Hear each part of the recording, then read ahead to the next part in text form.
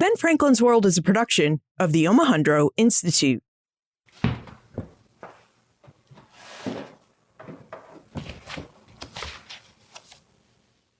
We're looking at one of John Adams' letter books, and this one was actually one he picked up in the 1780s in London. We know that from the book plate that points out it was purchased in Cheapside.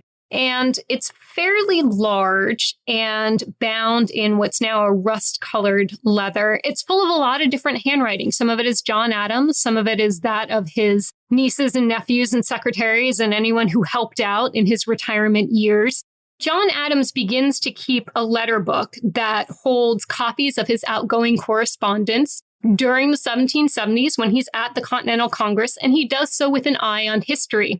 The Adams family always writes for the archive, but they travel a lot. And if you're John Adams, you need a reference point for what you wrote to whom. And so this kind of functions as his reference log of information and views that he sent.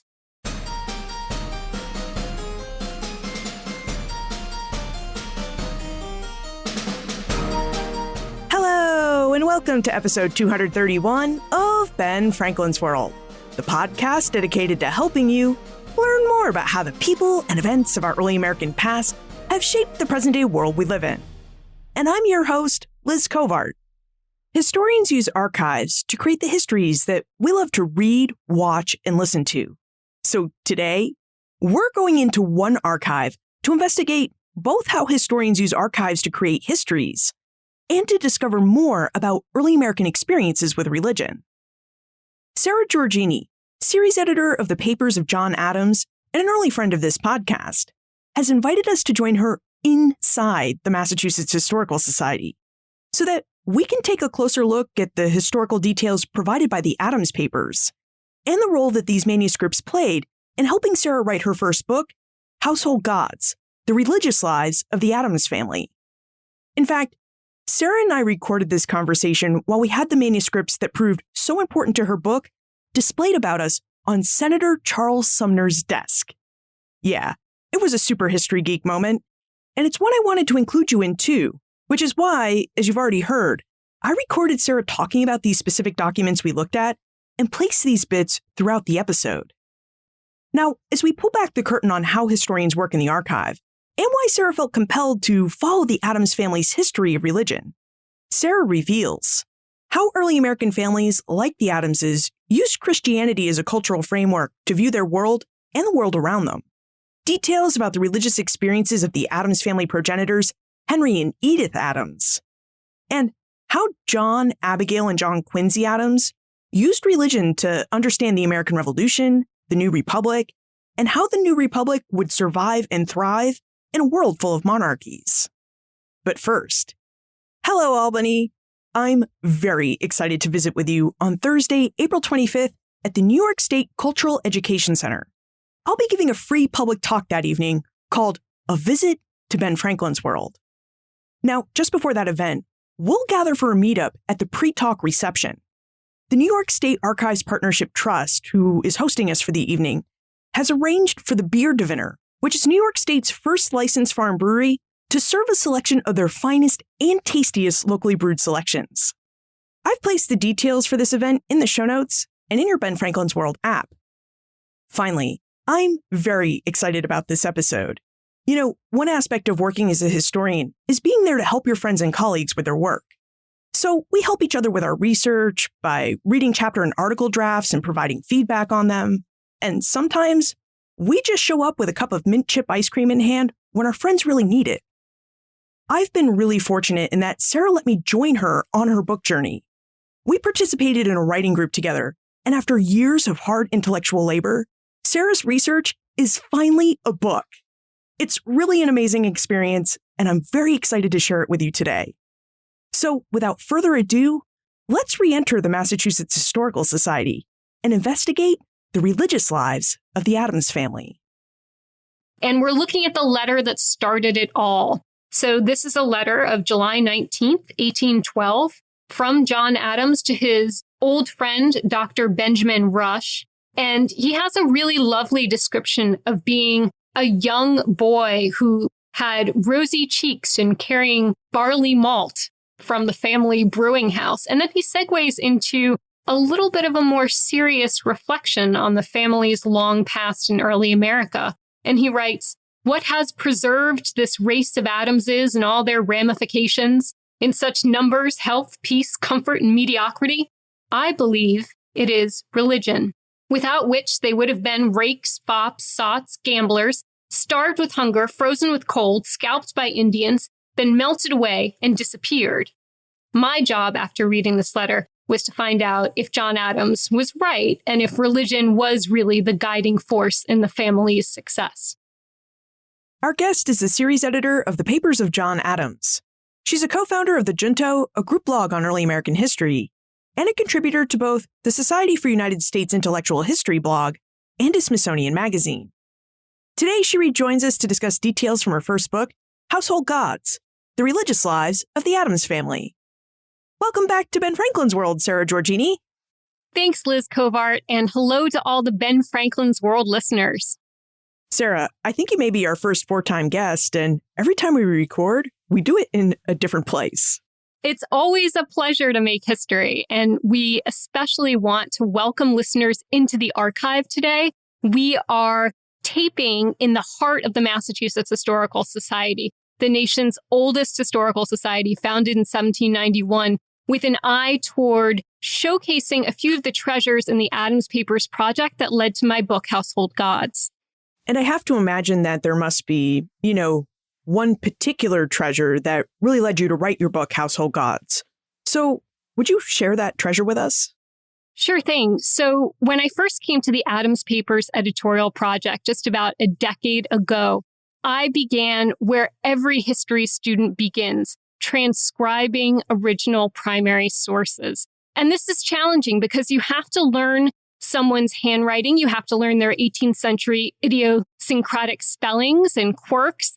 And you really start to get the voices of the past going in your head. And so luckily for me, I came into the Adams Papers on a particularly busy summer, that of 1812 in the Adams Papers. And one of the first things I learned to do was transcribe John Adams' letter books. Now, John Adams had a long and storied career as a diplomat in Europe and at home, a less successful presidency, but he always managed to keep a letter book of his travels wherever he went, and he recorded his outgoing correspondence there. Now, when I came in 1812, that's the first time I really met John Adams, and he was that cranky Yankee of his retirement period, someone who kept an eye on world events, who had just renewed his bromance with Thomas Jefferson and kept up a long and reflective correspondence with Dr. Benjamin Rush. And so one of the first exchanges that I really got to transcribe from this letter book, which we're looking at here in the archive, and if you saw it, you would think it's been carefully conserved, but it's old, it's leather bound, it's a little rust covered in places in terms of the binding. It has, kind of crinkled, waterlogged places in parts because it crossed the ocean several times. And it's got a variety of different handwritings in it. In this period, often those of nieces and nephews who helped John Adams out in his retirement. And so I started to pore through the pages, and the letter that jumped out to me where it all began was an exchange with Benjamin Rush, July 19th, 1812. And that was a busy summer, right, in America and in the world. And after they had kind of walked through world events, they had considered a number of really startling transformations in American culture. John Adams grew reflective about his own legacy, and he wrote this long series of letters thinking back to where his Puritan ancestors had proclaimed liberty or expressed dissent and why they had come to the New World. And here's the sentence that kicked off a decade's worth of work for me. He wrote, "What has preserved this race of Adamses and all their ramifications in such numbers, health, peace, comfort, and mediocrity? I believe it is religion, without which they would have been rakes, fops, sots, gamblers, starved with hunger, frozen with cold, scalped by Indians, been melted away, and disappeared." I read that sentence and I thought, really, John Adams? And I took up his cue to follow the family history of religion. Okay, so when we're talking about John Adams and the Adams family religion, what exactly are we talking about? Because early America was a place with a lot of different religions. So one of the things that I learned in the course of researching this project is that family history is a way to see how Americans have engaged with different religious ideas over time and how they put them to work in the world. So as I started to build the Addams family story of religion, I saw that in some ways I mirrored the narrative that we see in many an American history textbook when it comes to understanding American faith and doubt. We have Puritans turning into Congregationalists by the 18th century, then a bend toward Unitarianism during the 19th century, finally the exploration of Catholicism, non-Western faiths, and agnosticism by the end of the 19th century. And I was curious to know how Americans got there. What does it mean to be raised Christian in America? And the Addamses offered to me a very capable and well-educated set of interpreters of religious ideas. What I discovered in the course of the project is that most Americans don't learn their religion from the pulpit, they learn it from each other. And this is a really interesting part of the relationship that Americans create between religion and culture, right? How they use it. It's not just what they hear on Sundays, but how they live it out in the Monday to Saturday period too. And I was especially interested in finding a family that could help me tell that story of what it was like to experiment with religious knowledge. People who, like the Addamses, were diplomats, were politicians, were speculators, were intellectuals, were cultural critics, but were not clergy. So I was very curious to see what a lay history of American religion would sound like coming from this family. I know we're very curious about how the Addamses learned about religion and the arc that their faith took.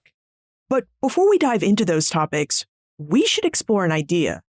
There's an idea that Sarah discusses often in her book, Household Gods. In that book, Sarah notes that many early American families, like the Addamses, used Christianity as a cultural framework to think about and explore notions of a special identity for both their new nation and the world around them. So, Sarah, would you tell us how early Americans used Christianity as a cultural framework and what it means to use Christianity as a cultural framework? That's a terrific question because it's something that the Addamses grapple with over time in both their public and private roles.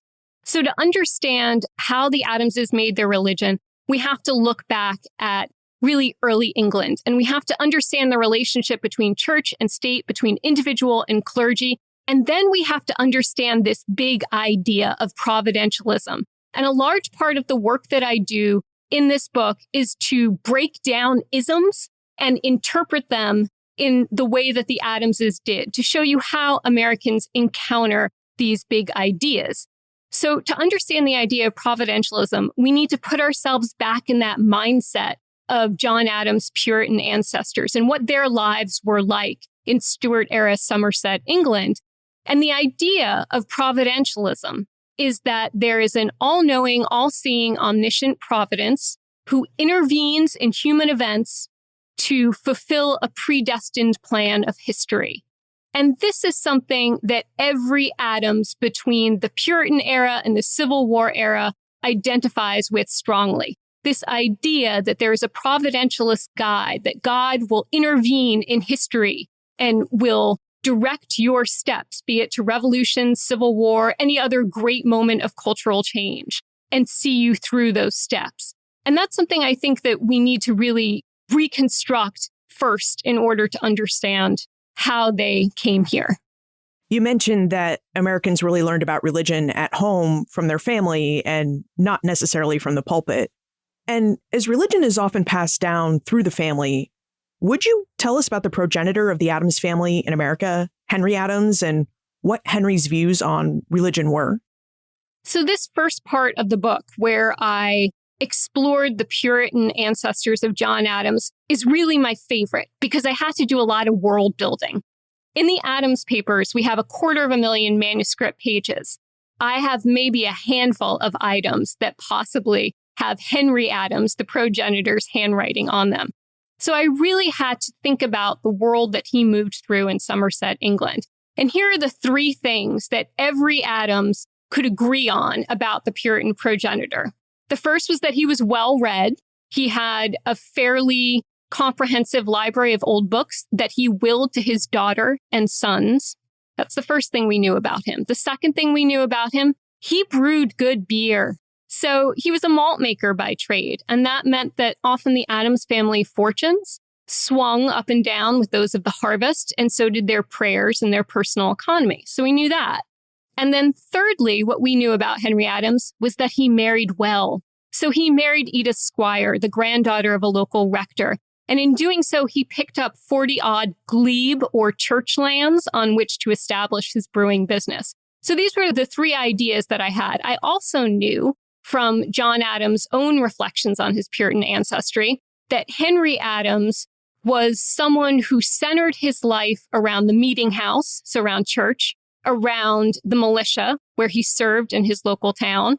And he was someone who centered himself very much in different routes of faith inquiry. So what I mean by that is Henry Adams, in his younger days, in the 16 teens and 1620s, would have been able to, with his neighbors, pool money and, say, employ the local pulpit talent. He would be able to buy the books that he wanted and stock his library. He would be able to explore new religious ideas. And then what I quickly came to wonder was, so how'd he get here? Like, how much of a Puritan was he? And here I think I faced the same dilemma that pretty much anyone who studies early America faces, which is, well, how can you tell if they were going for religious liberty or if they were going for profit? So how Puritan was Henry? And I didn't have a clear answer because when he decided to replant the family in Braintree, Massachusetts, now Quincy, he didn't leave me a clear paper trail. So I had to look around to find out what exactly stirred him to get on a boat and to make a very dangerous crossing to an unknown new world. And what I discovered was that family history held some clues for me. So one of the Adams relations went to John White's church in Dorset. And John White, who never left England, certainly helped the 21,000 immigrants who did. He helped to fund the charter for the Massachusetts Bay Colony, and he preached colonization sermons that used providentialism to exhort people to replant what he called the petty colonies, so that was their family, to replant themselves in the New Jerusalem of New England. And he was incredibly effective. So I didn't know exactly when the moment was that Henry said, aha, this is for me. But I do know the sermons he heard and the ones he may have read, like John White's A Planter's Plea. And I thought about how that would have played at home. So how they would have debated that at home, what they would have thought their opportunities were. And then there's a wave of bad harvest and Henry loses his brewer's license. So now there's a combination of ideas. There's increasing encouragement from the pulpit to go and restore some Christianity to the New World. There's also the idea that Henry is out of luck in terms of his business. And then there's a third really pivotal factor that causes the Adamses to leave England for America. And that is the religious atmosphere that is inculcated by Archbishop William Laud. Now, William Laud takes over the Church of England and begins to lead it in 1633. And he has some incredibly strong tactics that he puts into immediate force. So the look and feel of Church of England religion changes dramatically in the 1630s. There are interrogatories, which are so dreaded, and they're kind of like a pop quiz to say, does a mother like Edith Adams, Henry's wife, remember to don a modest veil after she comes back from church every time she has a child? Does Henry stock the right kinds of books in his library? Do they agree to genuflect at the newly railed altar in their old church of Barton St. David? So there's this very different religious atmosphere that is so pivotal. Those three things trigger the Adamses to leave England and come to America. So the look and feel of the Church of England had changed a lot during the 1630s, but I also have to imagine that life and worship were also pretty different and had a very different feel for the Adamses once they arrived in America. So what was the state of Christian religion in Massachusetts when Henry and Edith Adams arrived in the colony? What the Adamses didn't realize was that they had traded one scene of religious turmoil for another. their meeting house, what would become today the United First Parish Church in Braintree eventually, was also the 15th Congregationalist community founded in Massachusetts Bay. And they were in a state of flux when the Adamses arrived. Following the antinomian controversy, which hinged on whether or not a radical prophetess like Anne Hutchinson could claim salvation by direct contact with God, the people of that Quincy Braintree area were experiencing a fundamental shift in how they lived out their religion, and they didn't have a pastor for some time. They struggled through. They created a new covenant. They thought about ways that town and church should stay bonded together and how they shouldn't. And something that I had to, again, put myself in kind of the shoes of Henry and Edith as much as possible was to recreate the sensory world of religion. So something that would have been very different to them would have been, say, a call to worship. Now, if they were back home in Barton St. David, it would have been Anglican church bells pealing out. But it was a very different situation here in New England. They would have seen red flags of silk bunting. They would have heard a solo drummer calling them to prayer. And they would have walked into a New England meeting house that really, the best way to describe it is sort of a cold, unheated schoolroom. They would have accepted communion from the deacon's pew, a little table that was hinged and came down. And that meeting house was also the place for trials, elections, surgery, you named it. So it was a very busy room. Prayer was one thing that happened there, but it was not the only thing. And reconstructing the contrast in their old world religion and their new world religion was one of the richest parts of the research for me. Because what I came to see is that every Adams generation is fixated not on the theology of ritual, but on the aesthetics of it. And by that, I mean the real sensory experience. So I worked really hard to think about, well, what did that service sound like? What did that incense smell like? Because those were the kinds of details that I found in their archive. Wow. It must have been a big challenge for people who cared a whole lot about the aesthetics of religion to all of a sudden find themselves worshiping in a place that kind of sounds like it functioned like a community center. I mean, there's just such a sharp contrast here. That's exactly right. It does function like a community center. And with it, you have to imagine all the conversations that are held there and how that shapes the intellectual atmosphere of then praying in it. So they often, for example, would keep the meeting house doors open so that you could see the stocks, which is a very present reminder, right? That you don't want to step out of line in this early New England township, but also a reminder that there is a community with shared morals that you are definitely a part of. And that was just really interesting to me. So even though I only had a few scraps, Henry's signature on his will or a mention of him somewhere else, I had a really good sense after a lot of research of how to build his religious worlds that he walked through. Now, in Household Gods, Sarah poses a really interesting question for her readers, which is, what did the Puritan experience of Henry and Edith Adams teach their descendants about religion and rebellion? Sarah, that's such a great question, and I wonder if you would help us answer it right after we take a moment to talk about our episode sponsor.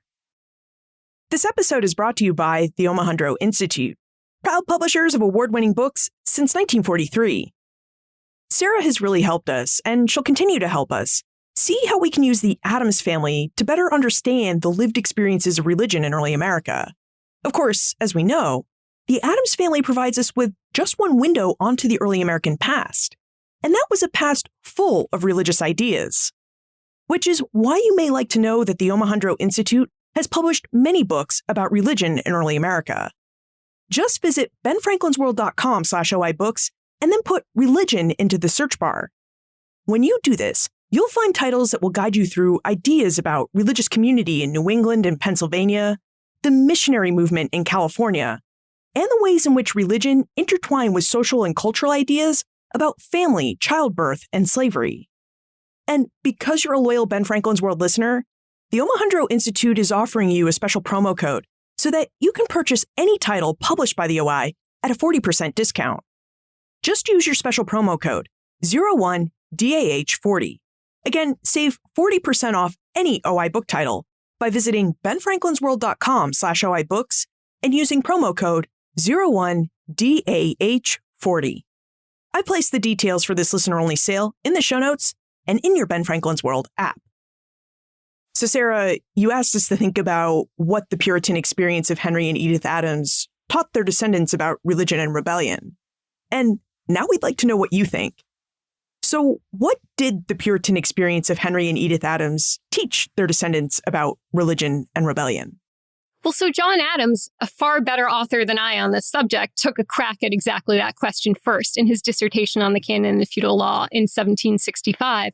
And his idea, even though he was a little hazy about his own Puritan origins and in fact sparred with his son John Quincy on them, he had this idea in his head that what the Puritans gifted to Americans was, first of all, this abiding religious confidence that God would help a colonist to dare much and to do good.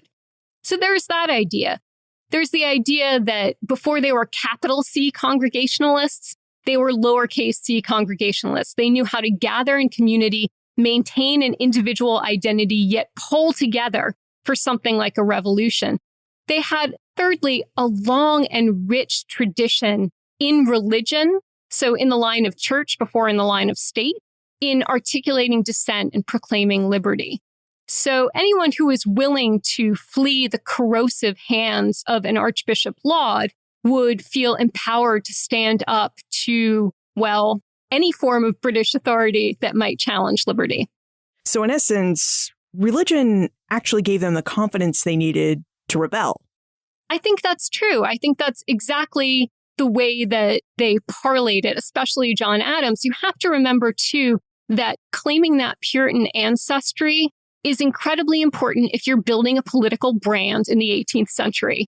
And the Adamses knew that. And John Adams was very aware, as his son John Quincy was, that claiming that Puritan ancestry of dissent and liberty was a way to establish a glossy status history in the new American political arena. Now, speaking of John and his wife Abigail Adams, we've learned, of course, about John's religious forebear. And Abigail was the daughter of a minister, so she also had a religious upbringing at home and in the meeting house. So would you tell us about John and Abigail Adams's Christian views and whether they saw eye to eye on religion? Abigail Adams looked for God in books first as a young woman. She had the privilege of her father, a clergyman in Weymouth, serving as a guiding intellectual force in her life and opening his library to her. And so she read a lot of English dissenters. She had some of the same religious ideas when she met John Adams. And they both had a very strong sense of providentialism. Again, that idea that God would guide them through historical events and help to shape their destiny. But Abigail had something a little different than John. She had a great love of religion and its aesthetics as a form of culture. And when Abigail traveled, when she was an older woman and she traveled in Europe, this was something that she really noticed. So she absolutely adored hearing high church music, not something she would have heard or really thought about favorably as a young woman in Weymouth. This was a very different thing to her. We have some really striking passages in letters where she describes the first time she hears Handel's Messiah, and she describes the Alleluia chorus, how all of the instrument players will rise with one accord, and, the building is just reverberating with all the joy of the music. And this is incredibly emotional stuff for Abigail to come up with and to write about in her letters, and she's very evocative about it. So she looks for religion in parts of culture that John necessarily would not. He has a slightly different view of other religions. He experiences his first Catholic Mass while he's at the Continental Congress in Philadelphia. And true to his 18th century roots, he's curious and cosmopolitan. He's not particularly tolerant of it. He is surprised that he ends up on a Philadelphia side street half gagging from the incense. So there are some ways in which they open themselves to the sensory aesthetics of religious worship. And there are some ways in which they really double down on the liberal Congregationalist tradition that they have learned in New England. I'm really curious about the role of the Enlightenment in John and Abigail's religious views, because the Enlightenment was an age where science and rational ideas were taking aim at religion. And yet, here we have this enlightened couple that seems to be really steeped in religion. So I wonder, as you put it in Household Gods, how John and Abigail work to reconcile Enlightenment Euro-Christianity with the mysterious sovereignty of providence over their lives. So this is the project of their lives. And when I was writing the book, I kept using a phrase, Enlightenment Christianity. And I eventually axed it because my very liberal and supportive dissertation advisor, John Roberts at Boston University, said, "And what is that exactly?" And I said, I've got to think about what that means. And for the Adamses, what it means is they have this blend. They have this blend of Scottish common sense philosophy. They have this interest in scientific reason. And then they have this completely unscientific adherence to providentialism, which can feel kind of very early modern for us to look at. And so I started to look back at some of their letters and I thought, well, let me understand where they're able to use all of these kinds of language at once. And one of the most remarkable letters that I found was from Abigail Adams to her daughter-in-law, actually, to Louisa Catherine Adams. And she's sort of fighting through some of these questions you just outlined of what does Enlightenment Christianity really mean? How can we combine this all to make sense? And she says, what can we reason but from what we know? So I thought, aha, this is how she blends together reason and Christianity. There's something she's willing to accept, not wholly as divine mysteries, but she is willing to accept them, but still continue to ask about them. There's this wonderful thing about the Adamses from generation to generation that I discovered in the course of my research, which is they come very close to being scientists of religion. So what we would think of as kind of a sociology of religion, how people use it, what they learn, what their ideas are. This fascinates them far more than any kind of dogma or theology.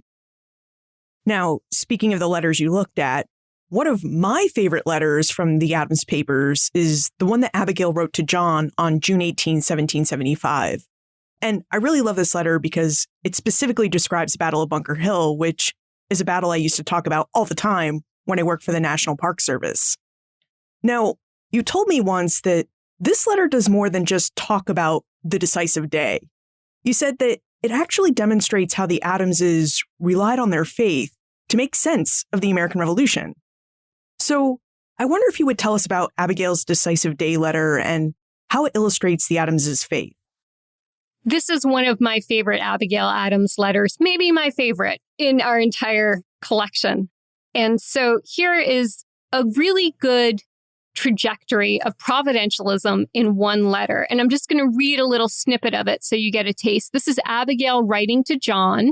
And she's writing one of her long journal letters, and she starts it on Sunday, June 18th, and she finishes it on Tuesday, the 20th. And she's writing just after the Battle of Bunker Hill. They've just lost their good friend and family doctor, Joseph Warren, at the battle. And this is really the first news that John is going to get of it. And she writes, "The day, perhaps the decisive day, is come on which the fate of America depends. My bursting heart must find vent at my pen. I have just heard that our dear friend, Dr. Warren, is no more, but fell, gloriously fighting for his country."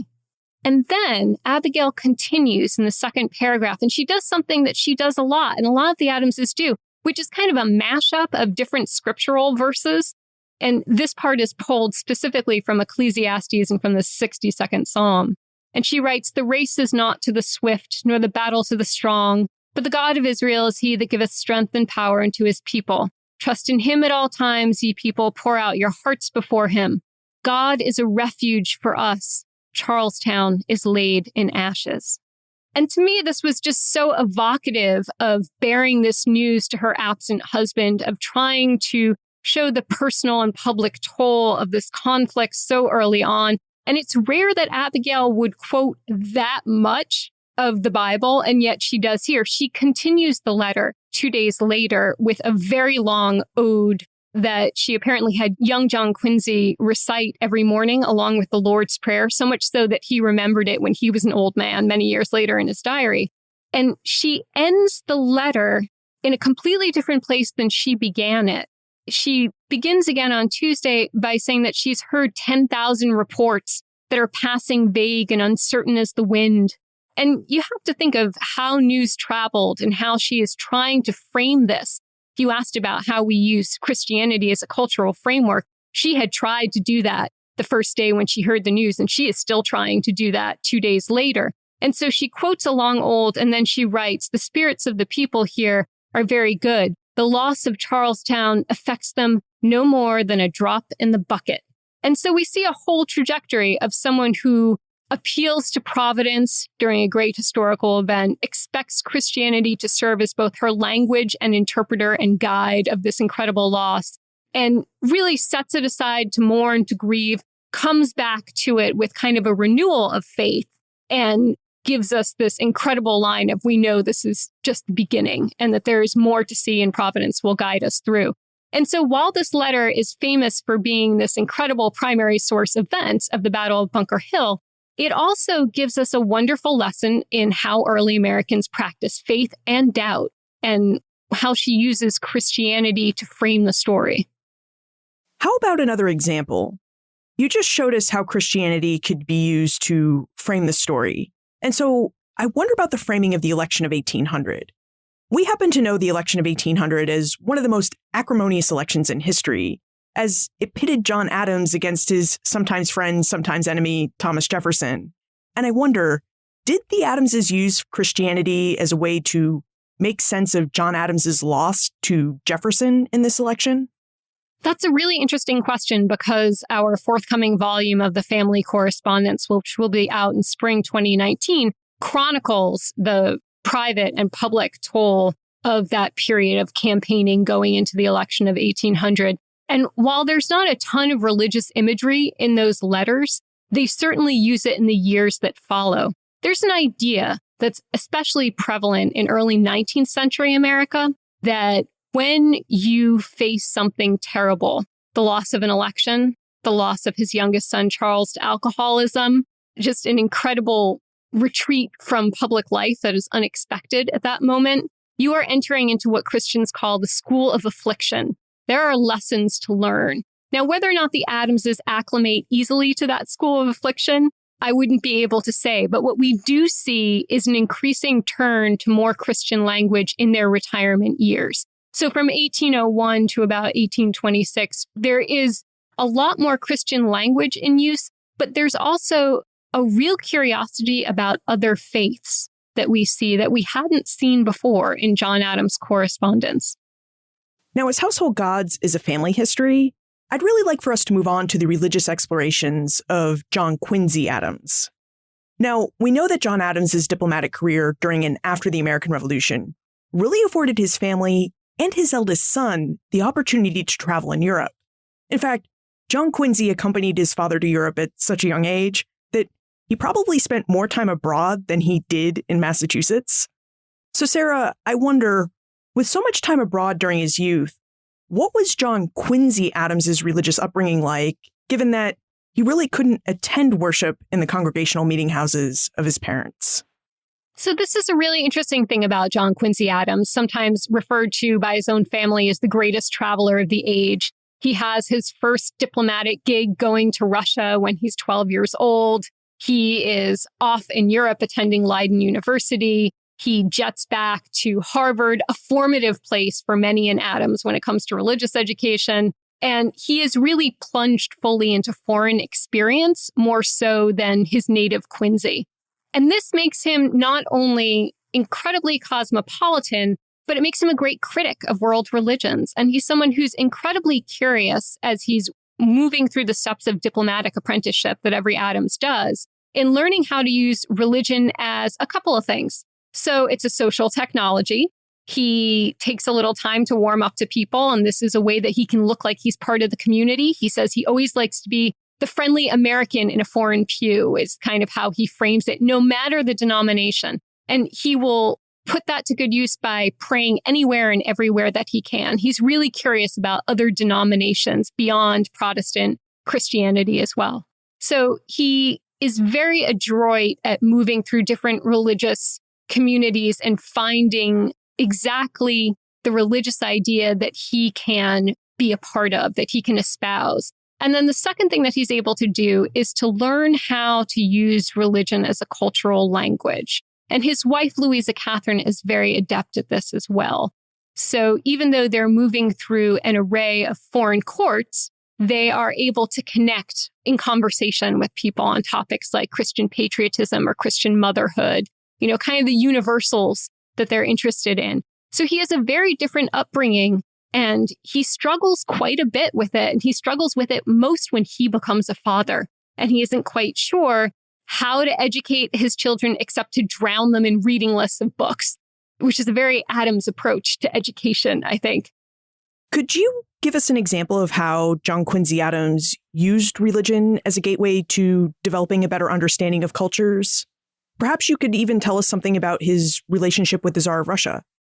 So John Quincy Adams in Russia is a revelation because he is a young man, he is a husband, he is a father. His son, Charles Francis, is with him and Louisa Catherine. He is in Russia for the second time. The last time he was there was to seek American recognition from Catherine the Great. And he is now back to try and craft a trade treaty with Tsar Alexander I, a mission that does not come to fruition, but a mixed time of great happiness and great loss for the Adams family. His wife gives birth to a daughter who dies very young, and Adams, in his grief, turns to a self-implemented course of religious education to find out everything he can about the many different kinds of faiths in Russia. And one of the most striking things to me is that when he contrasts St. Petersburg with New England, he finds that Russians are more religiously tolerant and diverse than his own home state. So he's very interested in all the little details of how people celebrate the life cycle. He goes and sees his first Catholic baptism. He marks where they bury their dead, how they're baptized, when they're married. He's fascinated by the frozen markets to understand how religion and the marketplace are in sync. He really dives into the specifics of religious education as well. So he wants to know when religious schools have their lessons, what they teach, how they're trained. And this just fascinates him. So on that note of Adams as serving as sociologist of religion, I knew that I had my work cut out for me with John Quincy Adams. And in fact, that was the chapter I wrote first. And it was the longest chapter, and I probably could have kept on writing it. And that was the chapter where when I was writing it, I thought, I've got to look at the Adamses more before and after him because there might be a big story here. Since you do know so much about John Quincy Adams and his quest for faith, would you tell us about his deep appreciation for the Bible? Where did his interest in the Bible as a text come from? It's funny because his grandson, Henry Adams, he of the education, says that every Adams gets a silver christening mug and a Bible. And that's your first gift as an Adams. And certainly with John Quincy Adams, we see an early appreciation for the Bible. He learns it at home. Remember that at this time, and this is another reason why family history is so important to understand spirituality in America, the home is the primary site for religious education and sentimental devotion. And so he learns at home. He reads a couple of chapters of the Bible every morning before he works and usually notes down his diary, what he's read and a little reflection on it. He becomes an officer of some standing for a long time in the American Bible Society, which is incredibly important for the early 19th century. And he really takes the time to write a series of letters on the Bible to his two sons who are far away in Massachusetts, because he thinks their religious education, while it's nice to maybe read a Bible verse or two at night, it's not enough. So he has this larger vision of the Bible that he wants to impart to them. You should read it as a historical guide. You should read it as spiritual interpretation. And you should use it to discern your role in history and your duty to your nation. So there's very much an idea in John Quincy Adams' mind that the Bible is a wellspring of Christian patriotism and that you should be as familiar with it as you possibly can be. Speaking of duty to one's nation, we can really see a trend in the Adams family where they do have a strong sense of duty to the nation. John Quincy's parents really used religion to make sense of the American Revolution, and John Quincy Adams was using religion as a way to try and figure out how the American nation would survive in a world full of monarchies. So, Sarah, how exactly did John Quincy Adams use religion to come to his belief that the American Republic and republicanism could survive among so many monarchies? So he is kind of our model Christian patriot. We see this a lot in John Quincy Adams' actions. We see it in his letters. We see it even in his poetry, where he very clearly lays out different ways to approach his creator, as he calls it, and to discern what steps he needs to take next for the new nation. I think if we really needed to explain his political creed in Christian terms, so to apply that idea of cultural framework of Christianity here, we would say, he's providentialist, he's patriotic, and Protestant to the core. Those are the three kind of guiding lights that carry him through his service. It's always interesting to wonder if he hadn't traveled so much, would he still have this broad cosmopolitan idea of Christianity? And I just don't know. Now, the question of how to be simultaneously Christian and American really seemed to be the defining challenge of these early Adamses' lives. So, Sarah, why do you think this proved to be such a challenge? And would you tell us about some of the different ways these early members of the Adams family attempted to meet this challenge? I'm so happy for this question because I think it gets to the root of why I study early America and the long shadows that it casts throughout the 19th and 20th century. But also what I find to be really the fundamental question that any historian of American life in general should ask, which is, how do Americans try to maintain an individual identity, i.e. Christianity, while also belonging to a larger community, i.e. America? So this tension between how do I keep my religious beliefs intact? How do I explore new ideas? What's the middle ground there? Those are all ideas that propel me to keep researching and writing, both in the Adams papers and beyond them. When we started our conversation, you made sure to tell us that your book, Household Gods, was specifically a family history, which sounds a lot to me like a case study. And historians often conduct case studies because it really allows them to take a smaller piece of a larger idea and see how it plays out and works at a more granular level. So I wonder what you think the Adams family's views and journey through Christian religion can really reveal about the wider early American journey and views on Christianity. That's a big question. And I think that the Adams manuscripts leave us some clues to understand, first of all, how Americans pull together their private personal beliefs with what they do in the political arena. For the Adamses, it's always a real struggle. There is no clear moment in a diary or a letter where I say, aha, I know how that president prayed that day before that vote. So there's only so much of the interior life that you can get at through manuscripts. I think, secondly, another way that the Adams family story opens up a new realm of history to write is to understand the family again as something that is a really dynamic and vibrant intellectual site for historians to explore.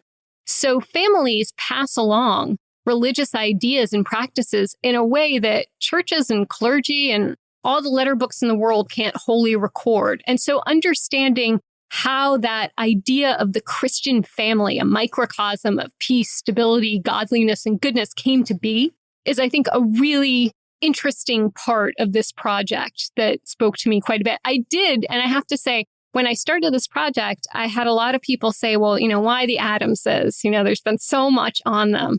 And I thought, well, but don't you want to know what their religious beliefs were and how they passed them on? And I looked for families west and south for comparison's sake. I considered a few, but I was really interested in this 3-century story of the laity narrating American faith. And I want to be clear about this, and doubt. Is there also something in the Adamses' experience that you think could also tell us something about our own present day?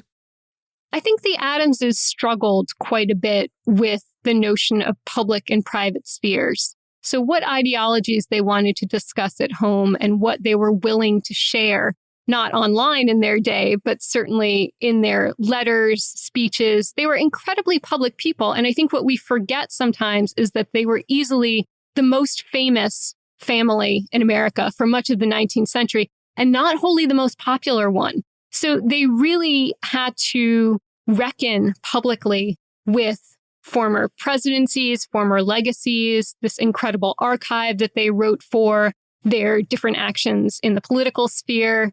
I think that they really struggled. And I think that people who struggle today with how to reconcile their personal religious beliefs with their public politics would appreciate the stories that we see in Household Gods, because it's a completely different side of the Adamses. The other thing that I think is really interesting is that every family has its own saga. And you really see that play out in the Adamses, but also in any family history today. I'm really struck by the fact that whenever I talk about this project, I'm fortunate that people come up and say, well, you know, we have a really interesting history of religion in our family, and this is what we believe. And I get a whole new host of book ideas out of it. So that's been a wonderful part of the process. Now we should jump into the time warp.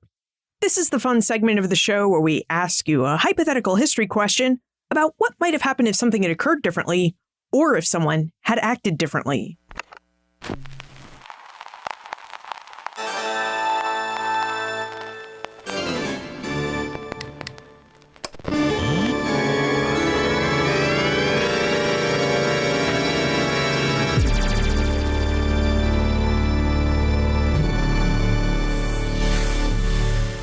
In your opinion, what might have happened if the Addams family had not had the opportunity to live and work abroad? How might their views of Christianity and their use of it as a lens through which to view American life have been different? I think they would have still traveled through books. They were an incredibly curious lot. And as we know from their multiple libraries held at the Massachusetts Historical Society, at the Adams National Historical Park, and also at Boston Public Library, we have a good sense of all the different faiths that they explored. I think that they might not have been quite so critical. They really hone their critical edge when they're abroad and they're reflecting on a strange minister's words or what other people in the pews had to say or what the church looked like. And we might have missed that part of their reflections if they had not traveled so much. So what's next for you, Sarah? Will you be following the Addams family into a new era of history? Well, next up, for Papers of John Adams, Volume 20, we are exploring the world of the First Federal Congress and how John Adams creates the office of the vice presidency. In my own research, I am a little farther away from the First Federal Congress and currently exploring how state constitutions changed throughout the long 19th century. And we always have questions about the Adamses, so would you share your contact information with us again? We encourage folks who are interested in the Adamses to reach out to us on Facebook, Twitter, and our website at the Massachusetts Historical Society. That's masshist.org. And there are plenty of Adams resources to explore. One thing I'd like to say, in addition to coming here to work with our archives, which are available also as free digital editions online, I'd encourage everyone to walk where the Adams walked and visit the fantastic scholarly Rangers team at the Adams National Historical Park. Sarah Giorgini, it is always a pleasure to speak with you. Thank you so much for inviting us into the Massachusetts Historical Society today and for taking us through the religious journeys of the Addams family. Thank you so much. So we're looking at one of Abigail Adams' long journal letters that she writes during the American Revolution to her husband, John, then at the Continental Congress. And Abigail writes these slightly longer letters. She often drafts and changes her words over the course of a couple of days. She's trying to pack in as much information as she can, knowing that their letters may also be intercepted, read, printed. Anything she sends may be compromised. So she likes to make sure that she has captured the news as best she can.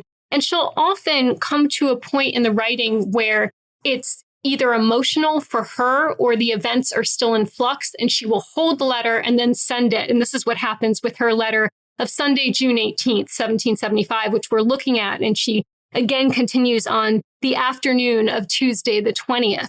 And she's conveying news of the Battle of Bunker Hill. And we see in Abigail's hand where she's carroted in a word, or she's canceled or deleted or struck out a word to change it, where she has changed the time when the bombardment at Bunker Hill ends. She's changed the time because she has new intel to share with her husband.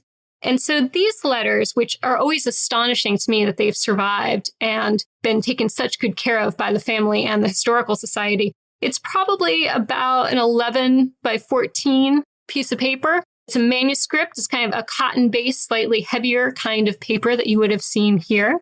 And she is conveying the information as quickly as she can. Something you notice a great deal with Abigail is that she is a self-educated woman. She didn't have the same opportunities for a formal education that her husband or her sons did. And so her spelling is going to be a little non-standard in places. She tends to write phonetically. So sometimes it's a great way to get Abigail's voice in your head to know how she pronounced things. And when we reproduce these in transcription, we reproduce exactly what she wrote. So every little semicolon, quirk, or non-standard spelling appears just as Abigail wrote it. And that's part of the work that we do. Every family has its own saga, and the Addams family certainly had one of its own. Throughout their storied careers in the service of the United States, the Addamses relied on religion. Now, Sarah began to follow the Addams family's journey with religion early on in her career with the Addams Papers editorial project. She started where most scholars begin, with transcribing documents. She transcribed the letters of the Addamses by learning their handwriting, quirks, and different spellings. Also, she could get their voices going in her head. Now, one letter jumped out to her, John Adams's July 19, 1812 letter to Benjamin Rush, in which Adams noted that what had preserved his family throughout time and throughout all of the challenges and troubles they had faced had been religion. From there, Sarah followed John Adams's cue and traced the family's lived experiences with Christianity. For Edith and Henry Adams, this was an experience of Puritanism, where a desire to escape William Laud's changes to the Church of England, practice their faith without interference, and improve the fortunes of their family compelled these first Adamses to sail across the Atlantic and to settle in Braintree, Massachusetts during the 17th century. Now, the religious experiences of John and Abigail Adams picked up 2 generations later, and it included the providentialism of their Puritan forebears. That idea that there is an all-knowing, all-seeing, omniscient providence who intervenes in human events to fulfill a predestined plan of history. And John and Abigail put this inherited providentialism to work, as both thought about the ways they could use its tenets to see them through the American Revolution and all of the challenges it posed for them. But these were not the only Adamses to experience and grapple with Christian ideas. In John Quincy Adams, we can see how this family's religious journey extended across another generation. Within his diary, letters, and poetry, we can see how John Quincy Adams wrestled with the providentialism of his parents, grandparents, and great-grandparents, and how he used it to help him navigate the foreign countries and courts and domestic disputes he had to in the service of his nation. As Sarah revealed, it's through the Addams manuscripts that we can see a close-up example of how early Americans struggled with both faith and doubt, and how they tried to reconcile their religion with their politics. Plus, this multi-generational manuscript collection in the Massachusetts Historical Society also reveals the importance of family history. Families pass along religious and cultural ideas in ways that church and municipal records simply can't capture or record. But family histories open a window onto these ideas and practices for historians, making the family a dynamic and vibrant intellectual site for us to investigate and to better understand our early American past. Look for more information about Sarah, her book, Household Gods, plus notes for everything we talked about today on the show notes page, benfranklinsworld.com/231. Friends tell friends about their favorite podcasts. So if you enjoyed this episode, please tell your friends and family about it. The Omohundro Institute has been the proud publisher of award-winning books since 1943. And right now, it's offering you a special Ben Franklin's World listener discount on any book it's published. Simply visit benfranklinsworld.com/OIBooks and use promo code 01DAH40 to save 40% on any OI title. Again, visit benfranklinsworld.com/OIBooks and use promo code 01DAH40. Production assistance for this episode comes from the Omohundro Institute's Digital Projects team. Joseph Edelman, Kim Foley, Martha Howard, Emily Sneff, Holly White, and Karen Wolf. Breakmaster Cylinder composed our theme music. Finally, did you enjoy our trip into the archive? Sarah has one more document to share with you, but when you're done with your visit, I'd love to hear about other historical sources and archives that you'd like to know more about. So send me an email, liz@benfranklinsworld.com. Ben Franklin's World is a production of the Omohundro Institute.